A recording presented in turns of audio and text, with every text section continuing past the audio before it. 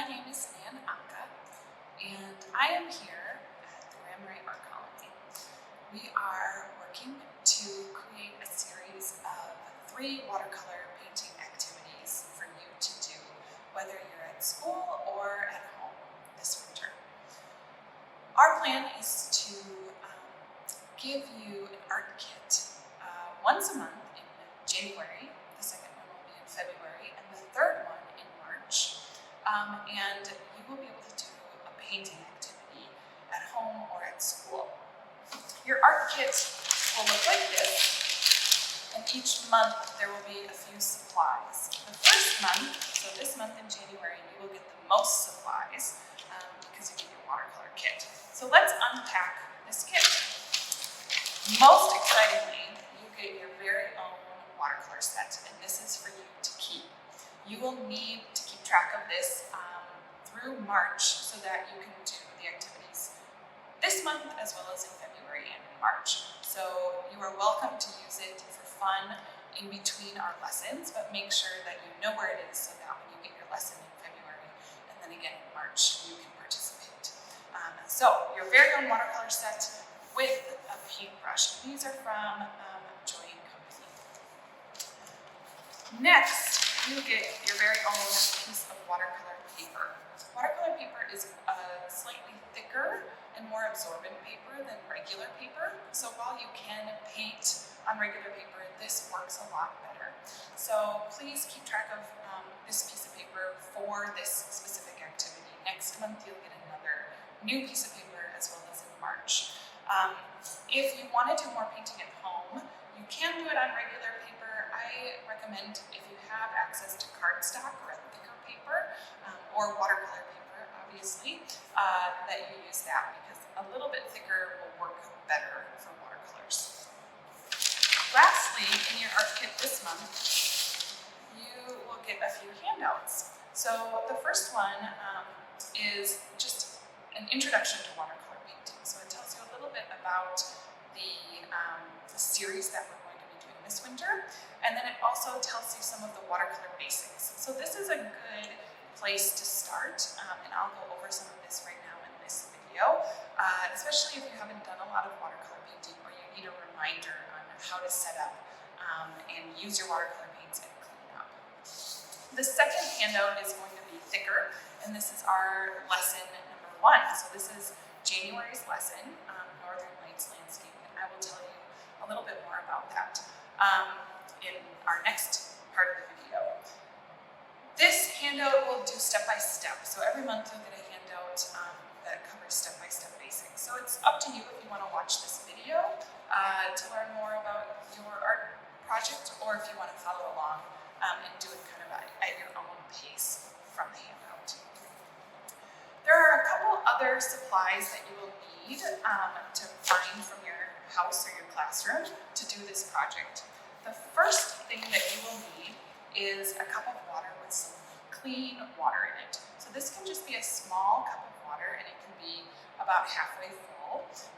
And this is to rinse out your brush in between the colors. So you want to make sure it's clean, but you don't need a big jar of water. A little one is fine.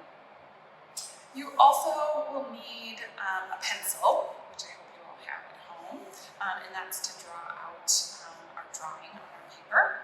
And then lastly, you will want something to clean up any spills or to blot your brush. So paper towels, napkins, or a clean rag will work for that.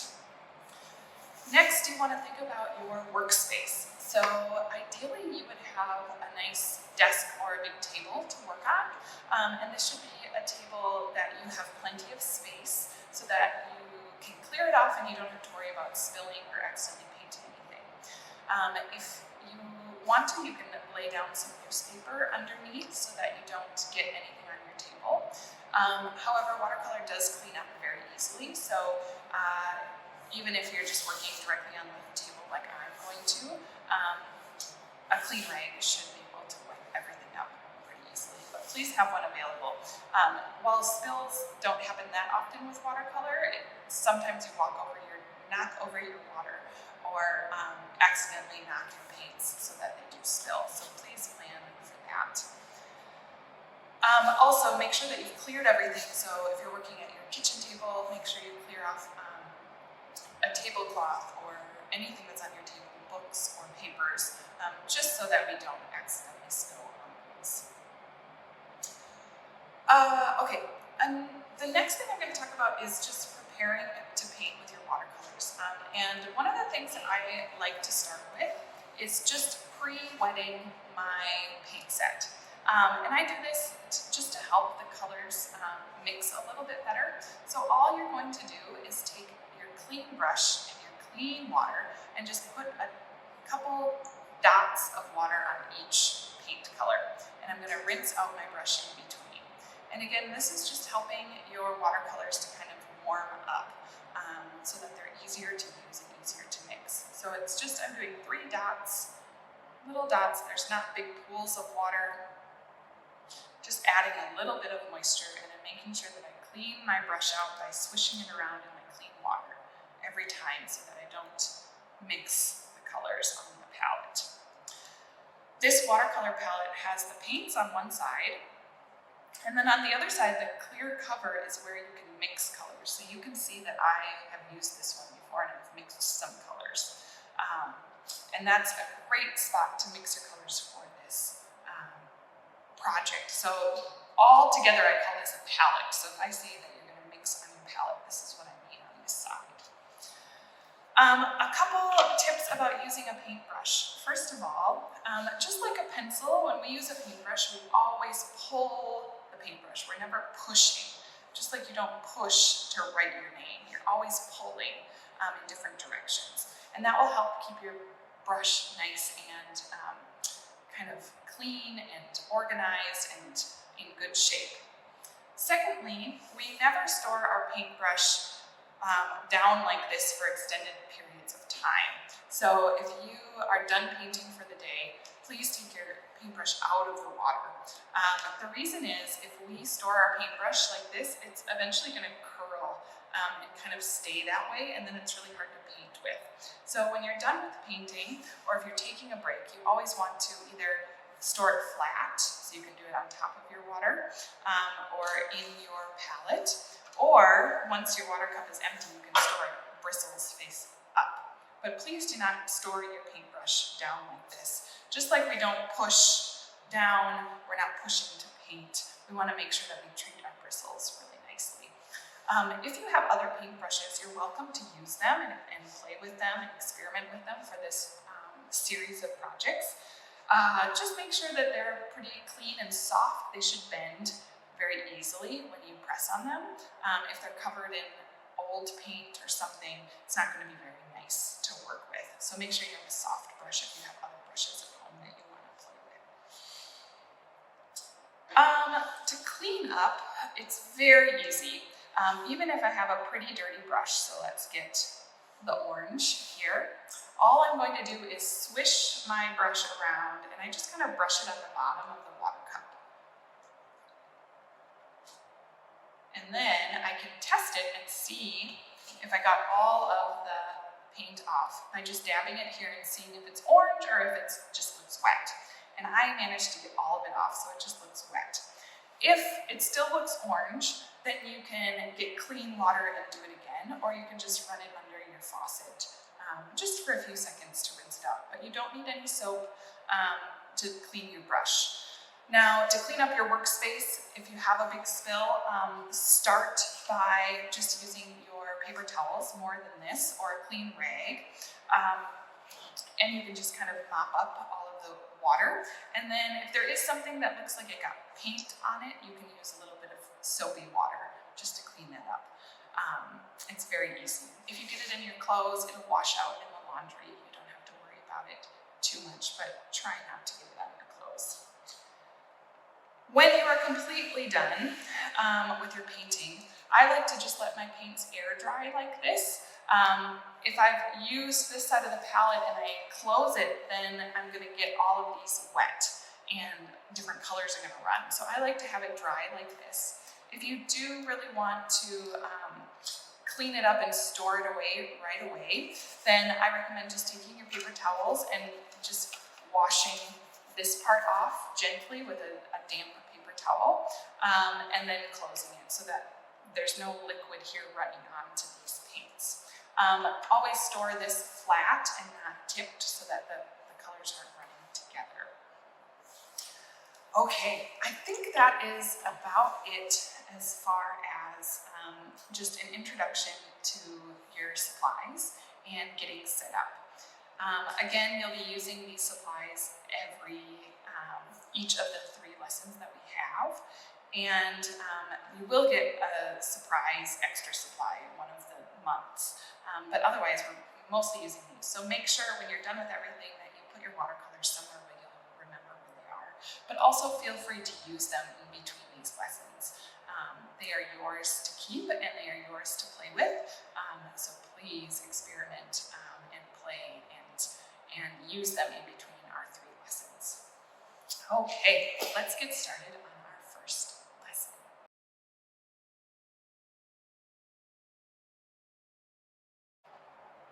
Our first lesson in this 3-part watercolor series is a lesson on northern lights. So we are going to learn a couple techniques and create a painting that has the silhouette of some trees and then the northern lights in the background. So I did a few practice ones before filming this to show you some of the ideas that I had. So I have this one. I also have this one. These are done on the full sheet of watercolor paper. This one I did vertical so that the trees in the sky are going this way. And this one I did horizontal so that it's more of a landscape orientation. You can choose whichever way you would like to do it, okay? That's your choice. You can also choose how big you want the trees to be. This one, the trees are larger, and this one, the trees are more towards the bottom. Another option for this project is if you would like to work a little bit smaller, you could cut your paper in half and do 2 different ones. And I recommend this if you are really excited about doing this, or if you don't feel very confident in watercolor, then you can have one as a practice and one as a final one. So those are options for you to choose to do vertical or horizontal or large or 2 small ones, okay? In your packet, and yours should be a printout in color, mine's black and white, are the instructions for this. So you can continue to watch the video, or you can move on to the packet, which will show you step-by-step instructions.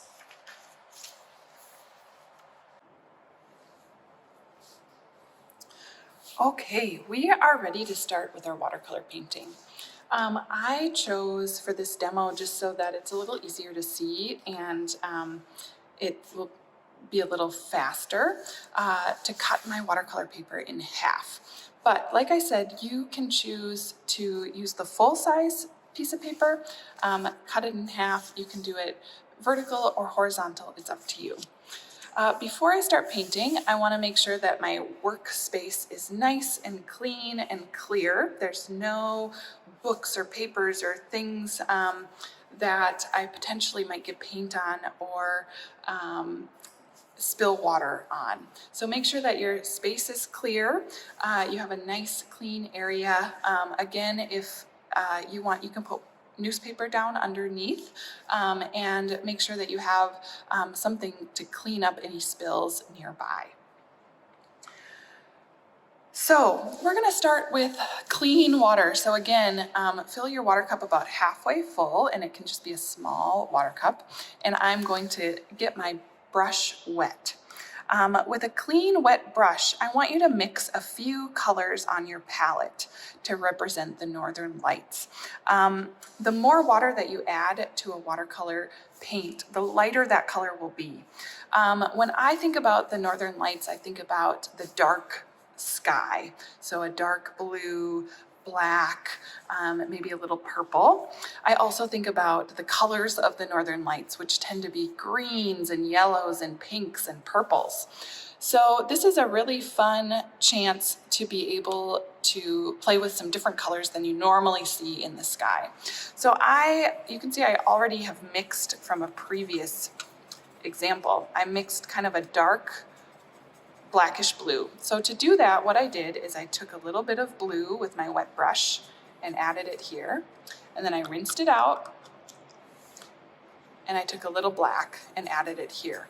Now I can continue to add more water to make it lighter, but because I want kind of a dark sky, I'm going to keep it a little darker.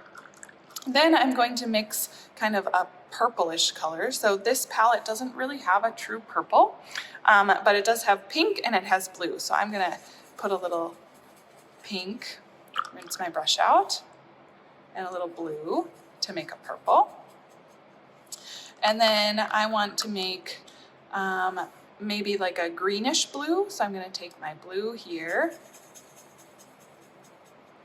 rinse it out. And I'm just preparing all of these colors ahead of time so that I'm ready to go when I need them. And then I think I want to do I kind of want to do a bright pink. So I'm going to add that one over here. And that one I'm just going to use pink and water. And then I want to do a yellowish color, maybe a little yellow and a little green. Okay, oh, that's maybe too much green. I'm going to add a little more yellow. Okay. Oh, I think maybe I'll just do one more so I have lots of colors to choose from. I'll add my dark blue here. Okay, so I have my colors ready. So now I am going to go on to the next step. So step 3 of part 1 is rinse out your brush and get clean water. So I'm gonna go run, I'll be right back and get some clean water. Okay, here I am with my clean water. This is a very important step to have clean water for this next part. This next part is a little different than maybe you've painted before. What I'm going to do is get my entire paper wet with clean water and my paintbrush. So if you're using the big piece of paper, this might take a little bit of time and patience. If you're using the smaller paper, it'll go faster. So I am going to basically paint with invisible ink and start just filling my entire paper with clean water. Now I want this water to really soak into the paper. So you'll see, I don't know if you can see in the video, but I can see with my eyes that it starts to soak in right away. So there are some spots that really get dry kind of fast, and there are other spots that have little pools of water. You'll also notice that your paper starts to curl, so you can see it's starting to curl, and that's totally normal. That's a part of watercolor paper. It can be a little frustrating, but I just use one finger to hold it down while I'm doing this. So I'm going to cover the whole thing as best I can once. And if you're doing this with your larger paper, if you do have a larger paintbrush, feel free to use that. That will make it a lot faster to do and a little easier. We have, with the kits, we have kind of small paintbrushes, but we will make it work. So I'm going to make sure, I'm going to go around and paint, oops, all of this. Okay. So I can tell that the whole thing is shiny wet. It also is pretty curly. See if you can see it shine. And now I'm ready to start. So I need to do this next step right away. If for some reason you get pulled away from your painting and you have to go do something else, then you're gonna have to re-wet your paper. And I'm just gonna continue to, as I'm talking, keep it wet because I want it to be wet. I don't want it to be dripping or pooling with water. It shouldn't make a big mess. I just want it all kind of nicely shiny. Okay, now's the fun part. This technique is called wet on wet. So I have gotten my paper wet, and now I'm going to add wet watercolor paint to the wet paper. Wet on wet. This is one of the main techniques with watercolors. So I'm going to think about the Northern Lights and what colors I want to do. I think I'm going to start with pink because I really want the pink in there. And I'm going to start making, I like to do these kind of short vertical lines because if you've ever seen the Northern Lights, they kind of leave these vertical streaks in the sky. And I like how they look kind of like waves. They get bigger and smaller. So I'm going to do this across, and you'll see with the wet on wet technique that everything kind of blends together and moves on the paper. It's not a precise line that you're making, and that's what's kind of cool about it, is that it has a life of its own, much like the Northern Lights. So I'm going to do that. That will be my first streak. Then I think I want to do like a yellowish green along the bottom. Now notice that I rinsed out my brush in between each color, and I just swished it around. If your water gets really dark, then you can just switch out the color or the water for clean water. I think I want a little bit of green in here too. And this should be fun. You don't have to make it look exactly like the Northern Lights. You just want to have fun and enjoy watching the water kind of transform on the paint transform on the wet paper. I also want to do purple. So I'm going to do purple over here. Maybe I'll have that come up like this. And remember that we are going to end up, I have to mix a little more. I want it a little darker. We are going to end up covering some of this with our trees that we're making. So think about that. It's as you're painting, if there's spots that you don't really like how it turned out, you are welcome to cover that part with a tree. I'm going to keep doing this. If you notice that your paper is starting to dry, then just get some clean water and brush some wet water again on it. I'm going to start doing the night sky in the background. Yeah, that looks good. I think I want a little more blue in there. This is looking great. And you can do different, you don't have to do these vertical lines like I'm doing. You could do dots or other kind of wavy lines. It's really up to you how you want your painting to look. I want my sky to get kind of darker as it goes up into the sky. So I'm continuing to add black and blue directly from the paint to get that kind of dark. Oh yeah, that's cool.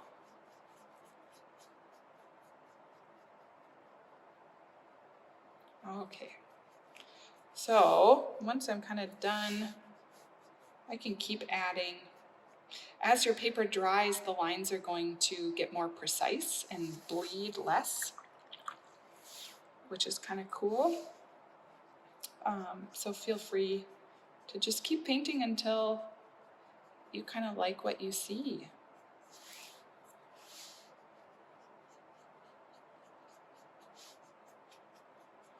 And then I'm gonna do, I think maybe I'll just do a greenish yellow maybe along the bottom, the kind of horizon.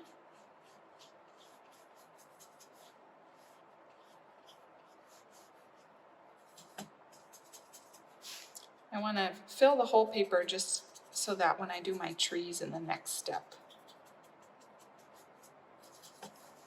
I don't have any white spots. Okay, so we are done with part 1. Now, before we move on to part 2, I recommend you can either just leave this where it is or maybe put it on a towel or something like that. We need this one to dry completely. So you could also move it to a sunny spot in your house or maybe in a warm room or something if you want it to dry faster. But I'm just gonna move mine out of the way so that I can start with part 2 while this dries.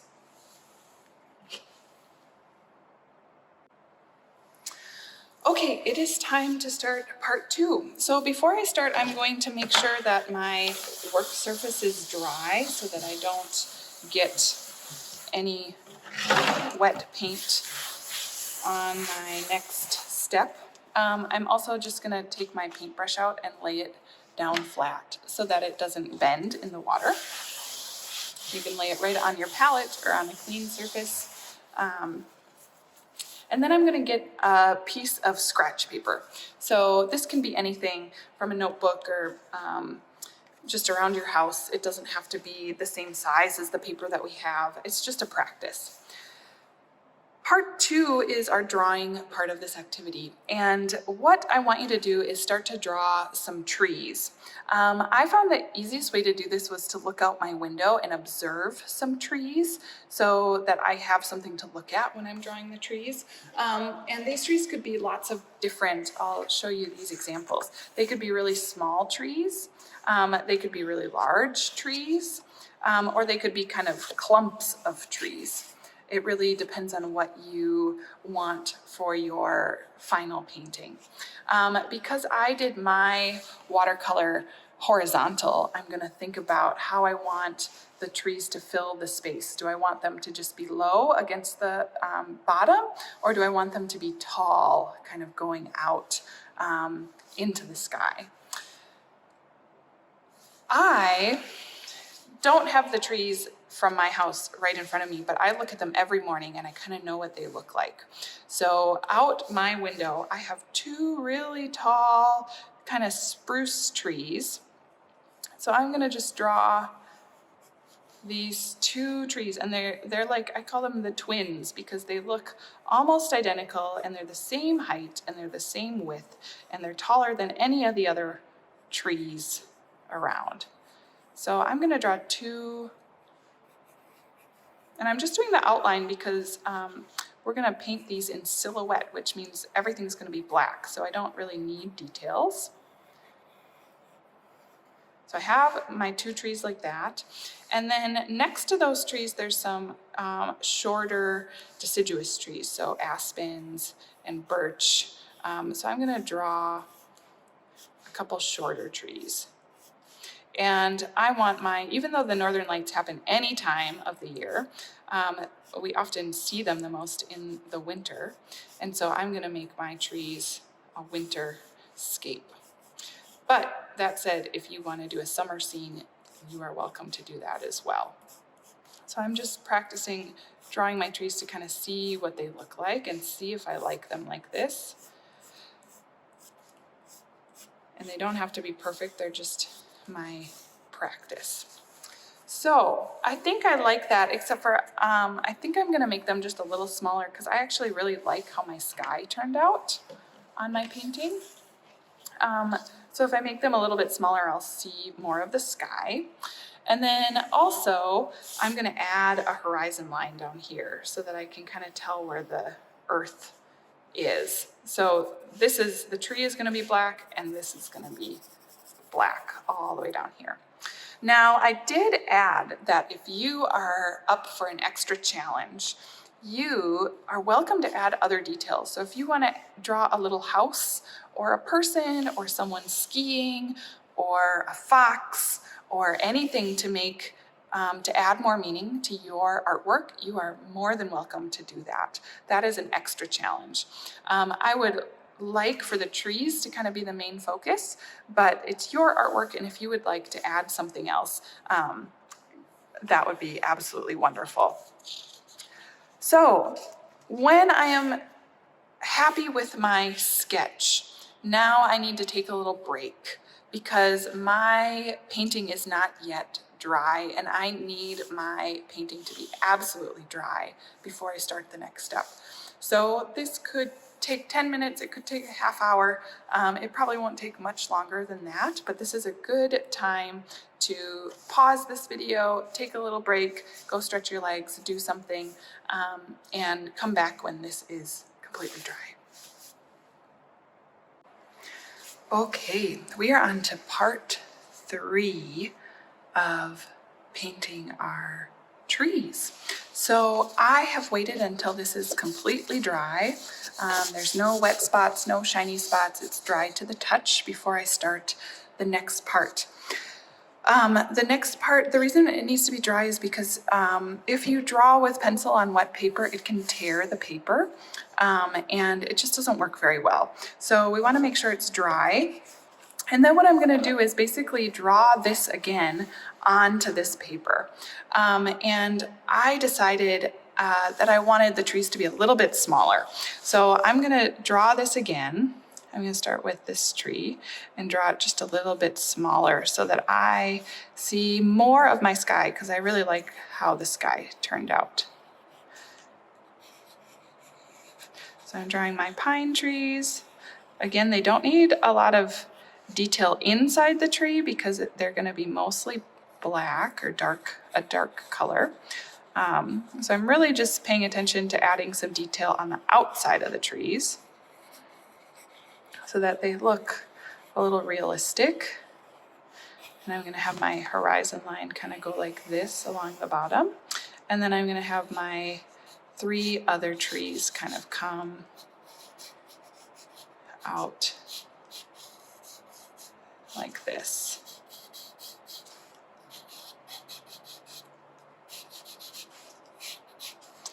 That's one.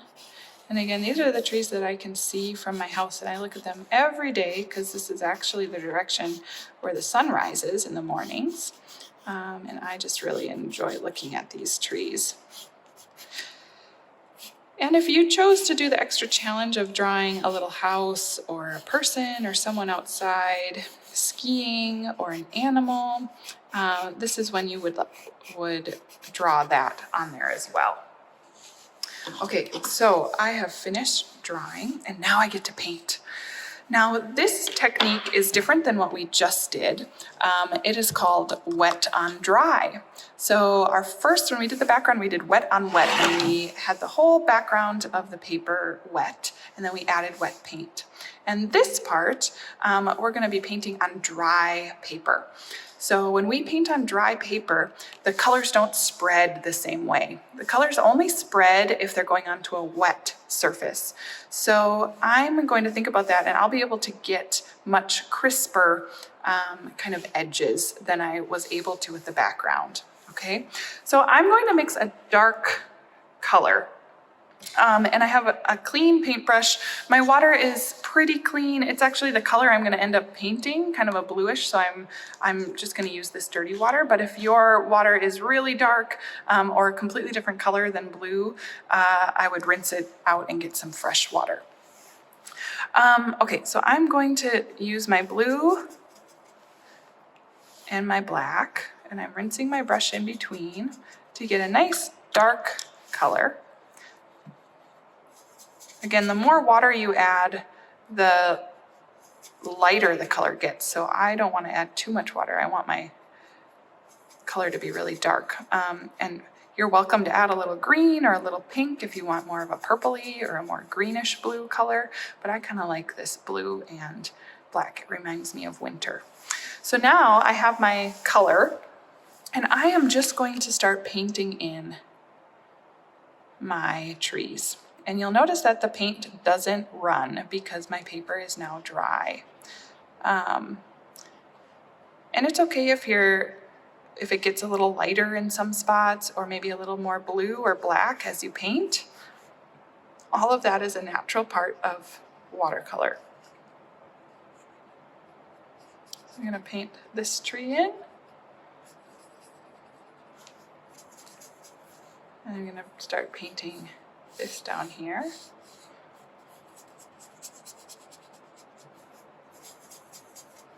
And I'm going to paint this tree in.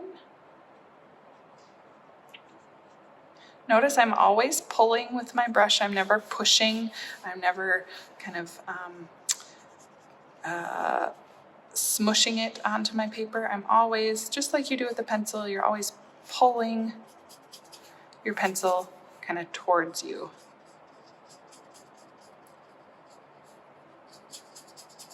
It looks like I need to mix a little more paint. So I'm going to add my blue, rinse out my brush, add my black. And that looks like it's maybe too black compared to what I was doing before. Let's see. Ooh, it is a little darker.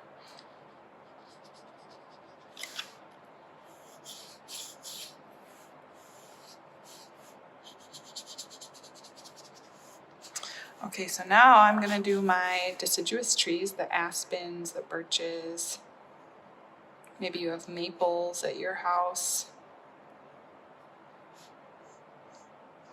And this is where you really get to enjoy the wet on dry, because you can make these crisp branches with this technique. I'm gonna keep doing the bottom down here, the horizon line. This one's kind of hard for me to see because my pencil is about the same color as my background. So I'm gonna do my best and maybe just add a little more black so that it pops out a little bit more.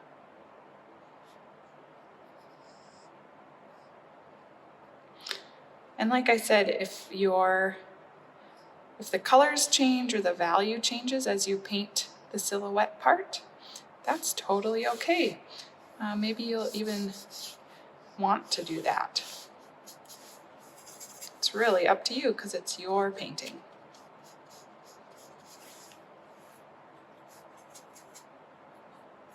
Okay, my last one, you probably can't even see it on the camera. Paint my last tree over here.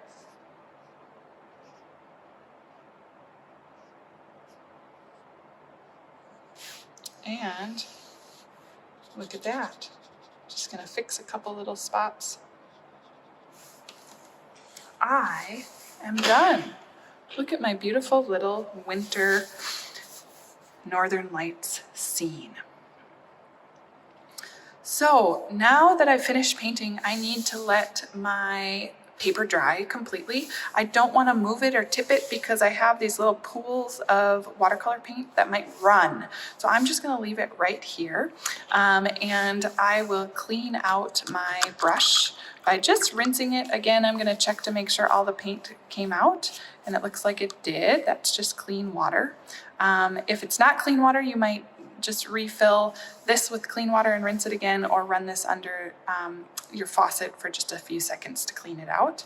I can also clean up my palette. So if I want to store it, then I'm just gonna get my paper towel just a little wet. I'm gonna wash this out so that I don't have running paint. And then I want to leave this flat to dry because you can see that there's still paint on here. So I can either close it and put it away flat, or I can just leave it open, which will make it dry faster. Then lastly, I want to make sure I didn't spill anywhere. So I'm just going to wipe up the surface around here without bumping this too much. You can slide it around, but I don't want you to really lift it up yet. And then I forgot to put my paintbrush away. My paintbrush just snaps right in there. And I can close this to put away. Once this is dry, you can take a Sharpie or a pen or a pencil and sign your name. I'm not gonna do mine because it's wet, but you can sign it on the front and put a date, 2021, or you could do that on the back. But it's always nice to know who made something and when they made it, so that if you find it later, you remember. Okay, that is the end of our first lesson. Again, you will get another lesson in February and then a third one in March. So feel free to use your watercolor sets between now and then, and enjoy them. Make sure you know where they are for our next lesson. Thank you. That concludes our first lesson in this three-part watercolor series. You can make sure that you know where your watercolors are. Feel free to use them as much as you'd like between now and our next lesson, but make sure you know where they are in February when you get your next art kit. So we have 2 more lessons in this winter watercolor series, and I look forward to creating these videos and these handouts and these projects for you to enjoy. Thank you.